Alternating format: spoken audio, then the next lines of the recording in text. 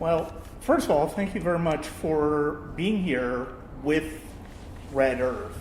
I had a chance to watch it before the festival, and I was really quite impressed by it, quite taken by it. Science fiction is honestly my favorite genre, and I love when filmmakers are able to bring a very personal aspect to the storytelling. And I think that was a great, I think what you guys did with Red Earth is an excellent example of that. Brian, thank you, man.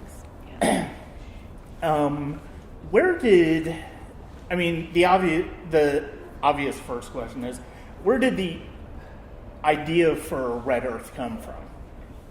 Well, there was an inciting set of incidents for sure. I mean, I don't know if you two have heard this story, but the week that George Floyd was murdered, on the Saturday of that same week, SpaceX sent it out to outer space, these two private astronauts. Mm-hmm. Two events, like, ostensibly completely unrelated. But I was at a meeting and people were checking in, and somebody mentioned George Floyd's murder. That's where their mind was. And this other person just innocently, in their own reality, mentioned the launch happening Saturday. And that triggered something in my head, like, this is like a collision of ideologies and realities. And I don't know if you remember, there's like a very distinct image you can pull. You Google that moment and, like, you'll see then President Trump with Vice President Pence, like, overlooking the launch. And, like, that was 100% the moment where I'm like, Red Earth is going to be a thing. And I there was, A Man in the High Castle. I'd read that book relatively recently. I was already reading about getting off planet. This was like at the height of the pandemic, where it's right. Like, wouldn't it be nice to just escape this reality? And I was thinking of that novel of, like, we're living in some version of the world that he was fictionally writing about. And I mean, I don't mean that in some kind of fictive narrative sense. It's like those rockets that are going up were a direct result of Wernher von Braun, this Nazi scientist, conscripted by the Americans, Operation Paperclip, and all. It's like, that's like the dominant history that people don't talk about, but that's like the history of American rocketry, literally born out of Nazi Germany, SS officer, running NASA, the Goddard Space Center. And I'm like, we're in some twisted reality. And the conflict of, like, this man being murdered as part of, like, a long legacy of slavery, colonization, 500 years, and then these guys sending out the rocket. It's like, that's akin to Christopher Columbus. Like, in the narrative of colonization, those two private scientists will be part of the story of, like, when we get to Mars, oh, this was the beginning of the corporatization of space. I really love the fact that what the storytelling does in this movie, because of the fact that you don't have an extravagant budget to create these visuals, but I would argue, the visuals that are created are quite striking and quite, and they conjure something in the viewer as we're watching the film and as we're hearing the witnesses to these events talk about them. What were some of the challenges, and what were some of the initial ideas that you all worked through in terms of creating the visual aspect of the film? I mean, Kate, I want you to dive in, but, like, just to contextualize this, I think something for me that's really fascinating about the process for, like, industrial movies and even independent artisanal movies, it's like there's one director of photography. It's like can't name one film where there's two directors of photography. And I mean, the long story short was, like, this is two planets and really four timelines, like radically different, aesthetics. And, like, we could go on and on about it, but, like, I was like, Kate Hinshaw, she's a cinematographer in two worlds. She has the industrial cinema background, so she could run the soundstage, and analog filmmaker. So, I mean, do you want to riff a little on just how we were creating those? Yeah, I mean, it's a lot of mixed formats that we used, which I think kind of speaks to the different timelines we see throughout the film. And, you know, we had, George did some medium format photography in it and shot out in the desert, and then I did shooting on the soundstage. And I guess one of the more interesting things we did was I shot with the digital Bolex, which is a camera that has a 16 millimeter sensor. It's a very niche camera. It's not really in existence anymore, but it creates a 16 millimeter film look on digital. So it has a bit of this cult following, and I had that camera that I used, some of my lenses that I use on my Bolex, my 16 millimeter camera, some lenses from like the 1920s on that camera in order to create this kind of retro-futurist video transmission. It's almost like we've gone to Mars and we're doing video transmissions, but we're kind of like back to the beginning of technology. It's like grainy, you know, we kind of are creating this space where this video diary, we're seeing the kind of grain in that and the kind of, in some ways, like loss of quality and the transmission from Mars to Earth. And then we did a lot with lighting. We, you know, had our Mars bunker, which was a lot of atmosphere and haze. And then, you know, we had this shack that we did the production design for, as well as the cinematography. We really just like built this entire shack-looking kind of set that, was just really dingy, and that we shot more documentary style. So I think it's almost just like each character has their own style of shooting that we explored. Okay. I love the images in this movie. Were there any particular other movies or just other or images or whether it's pictures, whether it's movies that you were inspired by in creating the visual look for this movie? I mean, oh hell yeah. I mean, I'll try to be brief, but I mean, I'm a cinephile. I love the movie, so it's like we could just talk about that for an hour and not exhaust the inspirations. But like the big touchstones, to try and be brief, would be La Jetée, like Chris Marker, like you mentioned the medium format photography. It's like, well, we can create a whole world just with these still images and soundscape. So that film has just been swimming in my head for 25 years. And obviously it's like a direct homage to it with the still black and white medium format. In fact, some of it was shot on the same Spotmatic 35 millimeter Pentax, that just out of like curiosity, I was like, I'm gonna use that same camera. Planet of the Apes, for obvious narrative reasons, but actually we literally shot at some of the same locations as Planet of the Apes, which actually is a story I feel like I should tell you because it's unbelievable. Matt, the guy, the only person I knew who was like going to be crazy enough to do what I wanted to do, Matt Devine, he knew the Southwest. So he's like, we'll set up in Kanab, Utah, and that gets us close to Lake Powell and all these sites where Planet of the Apes was filmed. And I'm like, well, good enough. We'll start with that.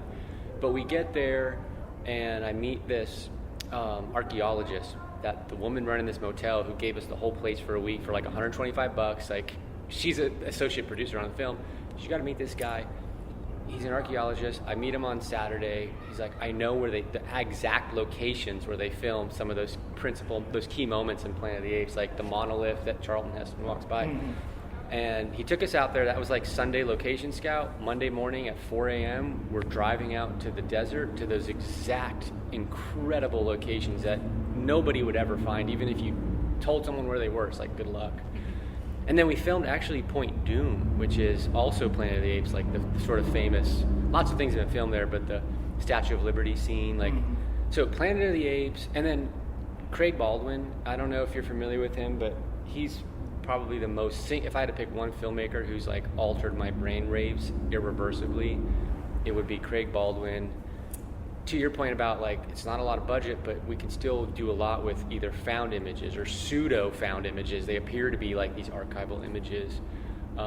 His film, among others, Tribulation 99, Oh No, Coronado, like, if nothing else, I hope you include those so people can just hunt them out. But I think he has done significant things in like found footage filmmaking and science fiction, obliterating, documentary and fiction. He just obliterates that boundary. It's like, you figure it out as a viewer. So those were some of the big ones, and I'll stop because like I said, we could go on forever, but some of the cinematography, paradoxically, it's a lot of literary stuff. Like Octavia Butler, the parable of the sower, and this story of this woman just traveling up the coast, like that inspires the father's and the daughter's narrative. I mentioned A Man in the High Castle, The Drowned World, J.G. Ballard, because that's a book about just like the psychologies, and then that's like Enter Kate with like we're in her world, Casey's world, and the haze, and that's actually more from those novels and like the images they're producing that are about like psychic realities, not necessarily spectacle. I really love the way the narrative is told here. I love that you have the title cards that basically act like somebody reading out of somebody's diary. I love the way that you use the voiceover, the way you use the characters speaking about their personal experiences, their personal emotions, really actually remind me of Tarkovsky. When you think about Solaris, when you think about Stalker, when it comes to those movies that are very contemplative about humanity's place in the world in a very existential way. What was, as you were coming up with the structure of the story, what were some of the things that you found yourself, what were some of the challenges that you found yourself coming up with? I mean, like the one that, if you look at this film, you're like, yeah, there's obviously no budget, or no budget, it's virtually no budget. But think of like the entire history of literature. It's like you can tell a whole world in someone's head with, like the novel Dune, for example. It's really just like a lot of people's like psychic realities, what they're thinking. And I think it's like a misstep in the history of the movies. Like I'm so glad that you said you accept the text, because like people will read, a 2,000-page novel, but a few words in a film, and it's like, Jesus Christ! Like, it's like, actually, this is like a picture book. It's like the equivalent of a children's book when you think about how much text is in it. But it's with that text, you can world build. Like, so Ursa Harriet's story, it's like I can be as grand as I want to in Storyland because I don't need to create all this stuff. It's like she's recounting it. And I think like that narrative structure of the epistolary, which the whole thing, again, like one could watch it and be like, this film's horrible. There's not even actors interacting. Or it could be like, this is about isolation. We never have one moment where two people even communicate to one another. And that's the whole point of the story, the isolation that would happen going to Mars, or just that one could have in their own head based on their own psychic realities. And it's all these letters, Talos' letter to nobody, wishing, to his daughter maybe, Casey speaking to God knows who, and Ursa's, pistol, and then the Matt's character trapped on Earth, sending a message that probably no one's going to receive. Yeah. Now, and you think about the origins of cinema. I mean, title cards were essential to were a huge part of telling those stories in the early parts of cinema. And one of the things that was so great about this film, for me at least, is the fact that it feels like a life lived. It feels like lives that are lived, even if we don't see a lot of people living life, we feel that connection with them through the words they're speaking, through the words that are on the text. We get the impression, and it's like one of the things that I really loved about this film is the fact that what images we do see tell us everything about the world that these characters are living in. And their words tell us everything about how they're living in them. And it's a really striking use of visual and traditional storytelling tactics in order to tell a story that feels very big and broad because it really is, like you said, it takes place on two worlds. I mean, I think even just like, it's just like even the fundamental principles of dramatic storytelling, which are so simple, but yet it's hard to do. I'm not even saying that I'm doing it well, but it's like, just make the characters suffer. That's just all drama has ever been. It's just finding unique and interesting ways for people to suffer, which just reflects reality. It's like, life is hard. There's like, that's the drama comes from that. Like, why have the gods done this to us? And I tried to, like, it's truly a psychic exploration. Like, what would it be like to be leaving Earth, never come back? Which is like, you think about immigrant stories, like I'm the son of 2 immigrants, like that happened to both of my parents, you know, cross-continental or from Cuba to Florida, but to never return to one's homeland, never to see your family. Imagine doing that to Mars. Like, yeah, I think that will happen one day. And then what kind of people would do that? There's willingly, right? Like, what kind of psychology would it take? You know, like there's a line in there about the submarine World War crews of World War III, like the unmen, as they're called. Like, there's going to be some interesting people who are like, yeah, sign me up to leave Earth forever. And then Kasey's character, you know, she's like a forced immigrant or forced, you know, she leaves Earth and separates from her father. That's like drama, not Mars, not sci-fi. You know what I mean? That's just a human story that a lot of people can relate to cross-generationally. You know, and it's funny because of the fact that one of the things that, this is my 5th year covering the Atlanta Film Festival, and one of the things that I am so taken by year in and year out is that so many of the stories that we see here are about empathy for different characters and creating connections with characters, however simple, however complex.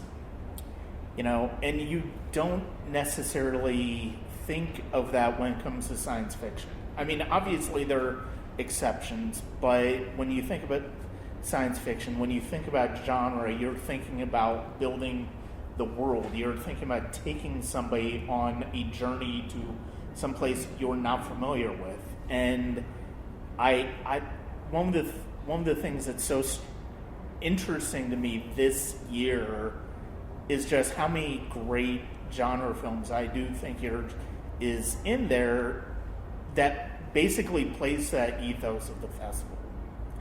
And it's really, you know, and I love that this film is a leap. And I also love that it really does create that world in a very straightforward manner, but in one that we do feel like we're taking a journey with these characters. Love that. Yeah, thanks for saying that, Brian. I did want to get to one last thing, and that is the sound design. I am big when it comes to music. I'm big when it comes to sound design in films.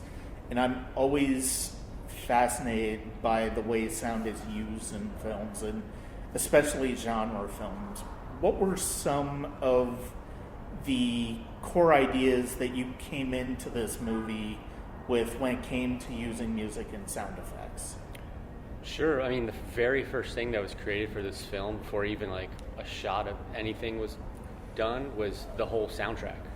And that's like something I do with a lot of my films, is score the soundtrack. Like, music world builds. Music, I mean, this is like things that people, know, but music creates the emotional state. It's like, okay, these characters that I'm imagining, let's create a theme here that's like, oh yeah, that feels alienating, or that feels like this could be Kasey's theme. Like, there's a theme that she has that continually emerges, and it just feels right for me, like, as an artist. And I mean, back to like Kate and I collaborating as directors of photography, the industrial model, or like what you said about silent cinema, how like, of course, these intertitles were used. There's like an industrial model, and it does its thing, but there's absolutely no reason why it should be followed by an artisanal artist like myself. It's like, I start with the music, there's a world created, then, like you mentioned, the sound design, like getting eventually to Connor Capozzi, who does all the sound design in this film. He's like a trained sound engineer, but it starts in the beginning, like literally before even filming. I'm like, this is about alienation. there's going to be wind in this. So I'm just collecting sounds of wind. I'm literally in the desert with Matt. Like, just we're taking days out of our schedule. We're just recording wind, him walking on these different surfaces. Like, and again, that's like another, not a misstep, but like people think of film, oh, it's visual, it's audio visual, and I honestly think the sound it dictates how you interpret the image, not necessarily the other way around.